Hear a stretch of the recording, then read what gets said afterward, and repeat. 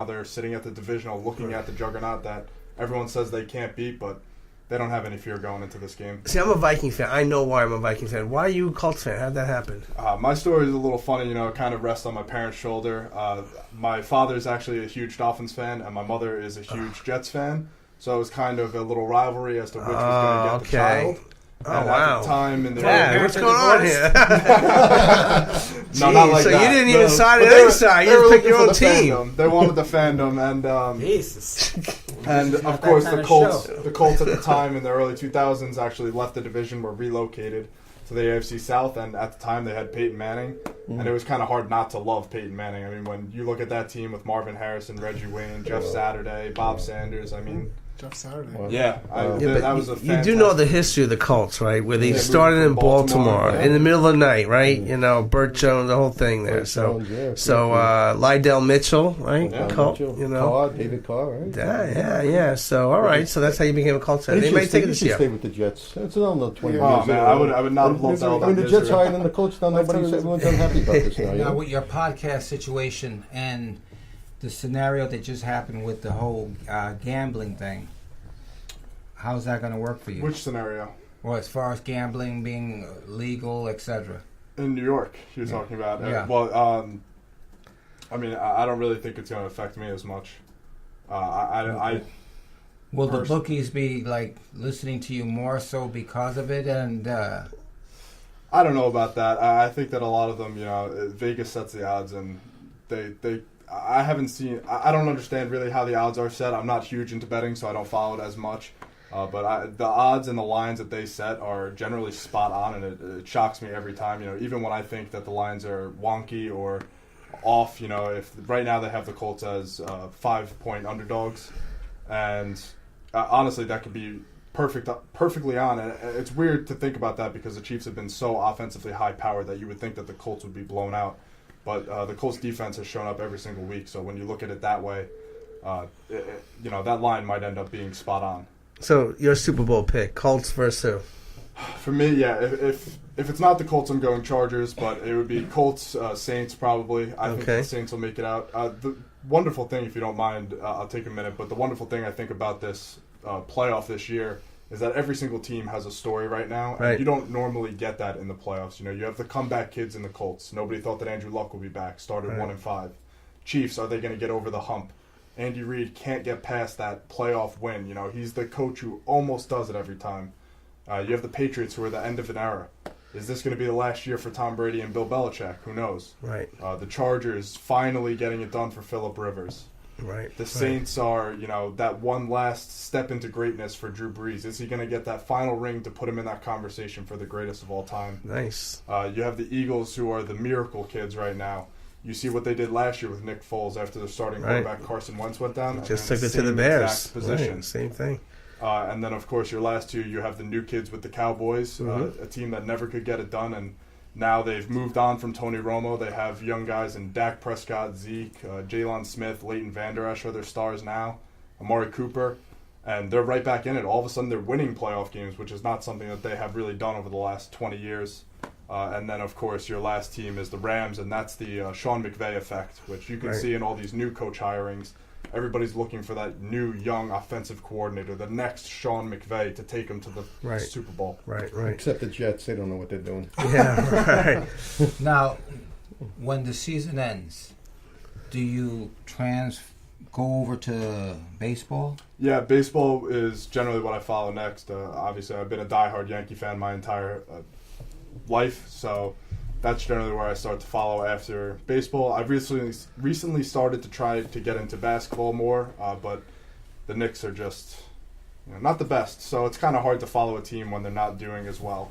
But I'm starting to get into basketball more, and baseball obviously would be the next step for me. Well, we're going to have you back, especially when I have to go down to spring training. Yeah.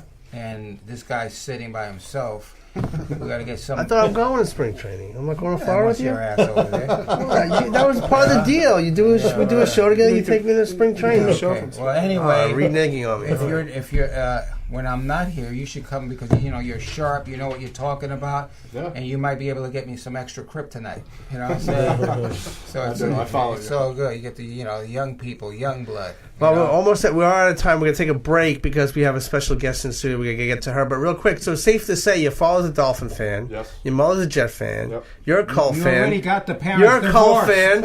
No one likes New England, right? None of you guys want New England to win, right? Okay, I want to get that straight. Right in my blood from the day one was to hate New England. All right, guys, we're going to take a quick break. We're going to see a little Dwight Gooden. Wait, hurry up. I got to show a quick picture Well, go ahead. of this young man when he's like doing his podcast. There it is. All right. I'm going to take a quick break, and we'll see a little Dwight Gooden here before we come back. What do you mean they got Dwight? No video. Huh? Dwight Gooden is named National League Rookie of the Year, on his way to becoming Dr. K.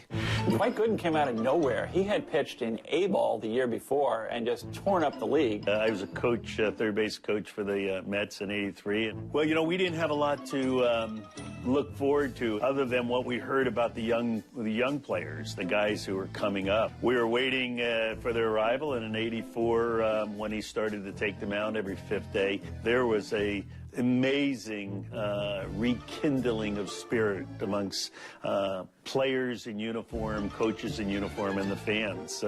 That something special was happening, and it was happening to us. He put more than a buzz into Shea Stadium at the time. You really can't talk about a pitcher for that team up to this point that's brought that kind of excitement, and you got to be there. The place to be was Shea Stadium when Dwight Gooden was on the mound. He was another guy that brought hope to the Mets.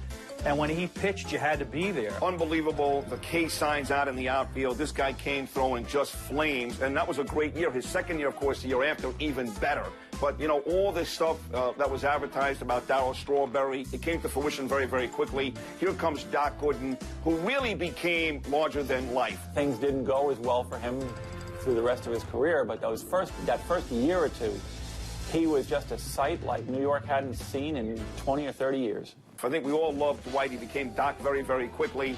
And when you think about Doc throwing a no-hitter with the Yankees, winning with the Yankees, and the way it ended with the Mets, it really is kind of sad. There was a guy who owned an Italian restaurant in my neighborhood, Chino's, and I went in there after Gooden won 24 games, and I said, yeah, Gooden's going to be really great. And he said, Gooden will never win 20 games again. I looked at him and I said, what, are you kidding me?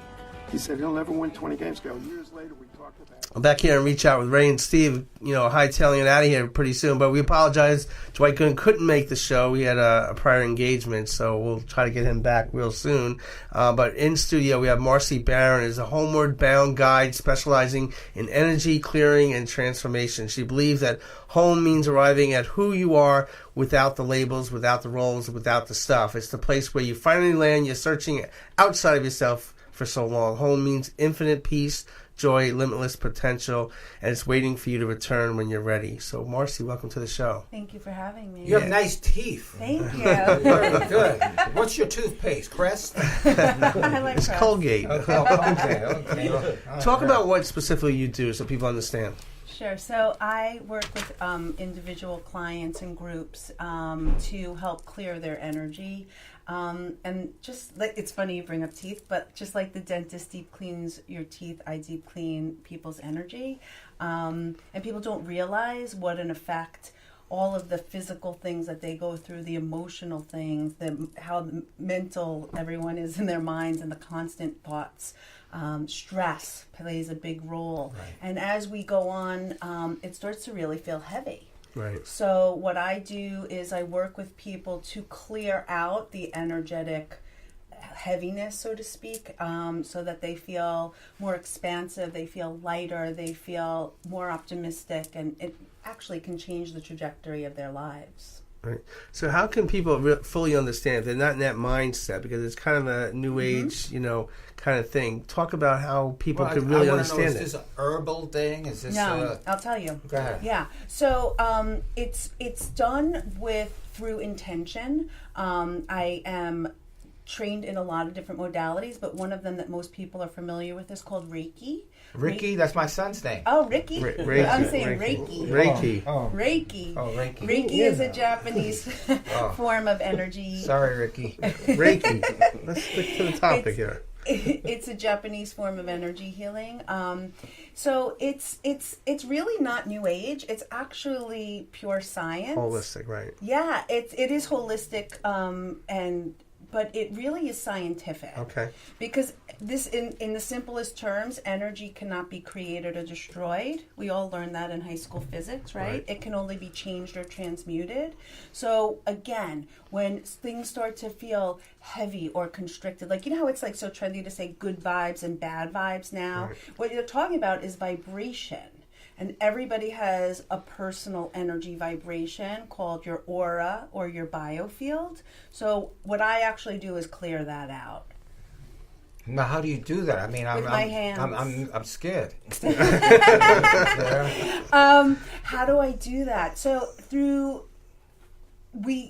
you know how if, let's say, there is like stuffiness in the room, right? We were like all really hot before, and then we open the door, and now we can feel the movement of air, and we all feel like, okay. So just the way that I do that is through channeling the energy of the universe to work through me, and specifically my hands, to move out the energy that's stuck in you.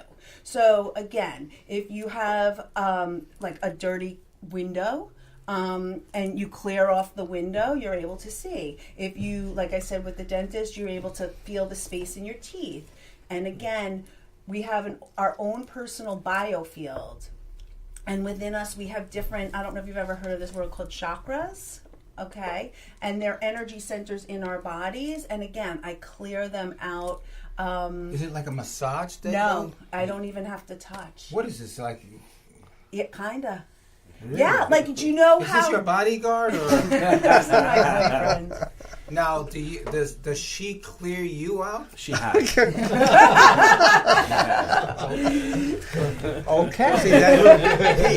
I know it's like kind of hard to believe, but in a sense, yeah. But see, like when you think of movies like Star Wars, I feel like Bela Lugosi right now.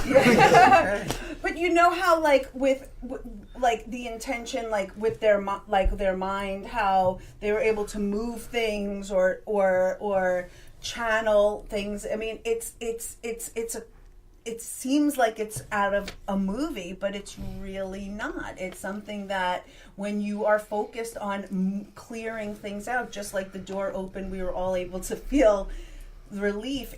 You're able to do that, and I can kind of show you after if you want, if you're open to it. But I gotta, while we're on the air right now, yeah, and you have your better half right here, why don't you do that magic thing and let's see him get off it doesn't happen that way. It's not that way. No, it's a very, I mean, like... Wait, hold on. It's a case-by-case basis. Get off. How do you relieve, stress that's sitting to the left of you? How do you do that? Well, again, it's a professional... it's a professional business. I work with people that, it's not something, I mean, I know you're making... You got to talk baseball with him, all right? Slumps. You know about slumps, right? Okay. Right. Marcy would have the ability to work with someone for about an hour and has the ability, after speaking to them and using her hands and moving energy around, could possibly pull someone out of a slump or depression or stress. Bottom of the ninth, right? 2 outs, right? Bases loaded, full count, right? Same thing. That stressful situation. She can help you come out of those situations. Yeah, but you said that you don't use your hands, but he just said you use your hands. Oh, I do. Yeah, I use my hands. Let me see. You want me to? No, on him. Okay, all right, so let me show you on him. Right. We have a personal biofield, which is your aura, and then within your inner channel are energy centers, okay? So, the most common one that people know, I'll start from the top, is your crown chakra. This is your energy center that connects you to everything and everyone. In the center of your forehead is your third eye chakra. This is your center of intuition, your imagination, your thoughts. Your throat chakra is your energetic center of communication. Your heart chakra is your energetic center of love, right? Your solar plexus chakra is your energetic center of power, confidence, like your will, the fire in the belly, motivation. Just below the navel is the sacral chakra. That's your